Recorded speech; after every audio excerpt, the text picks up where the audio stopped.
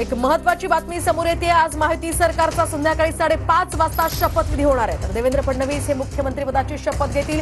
एकनाथ शिंदे उपमुख्यमंत्रीपदाची शपथ घेणार असल्याची माहिती सूत्रांनी दिली आहे। तर अजित पवार सुद्धा आज उपमुख्यमंत्रीपदाची शपथ घेणार असल्याचं कळत आहे। आझाद मैदानात या शपथविधीची जोरदार तयारी करण्यात आली आहे।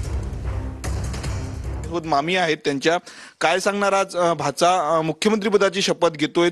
ऐतिहासिक दिवस आहेत महाराष्ट्रासाठी, काय वाटतं? खूप छान वाटतंय, पण हा विजय त्याचा मला खूप आधीपासून अपेक्षित होता। यावेळेला म्हणजे अगदी गृहीत धरूनच ठरलं होतं की हा मुख्यमंत्री होणारच। अगदी तसं त्यांच्या आईंना पण मी बोलून दाखवलं होतं। तर अगदी म्हणजे 100% खात्री होती की हा मुख्यमंत्री होणारच। अमरावतीला आले की ते आवर्जून तुमच्या घरी येतात, काय आवडी निवडी आहेत देवाभाऊंच्या, काय सांगणार? त्यांच्या आवडीनी अगदी साध्या आहेत। ज्वारीची भाकरी, भरीत, अजून बस असंच ठेचा असंच खातो तो। आवर्जून बनवतात? हा, तो आले की हाच मेनू असतो आमच्याकडे।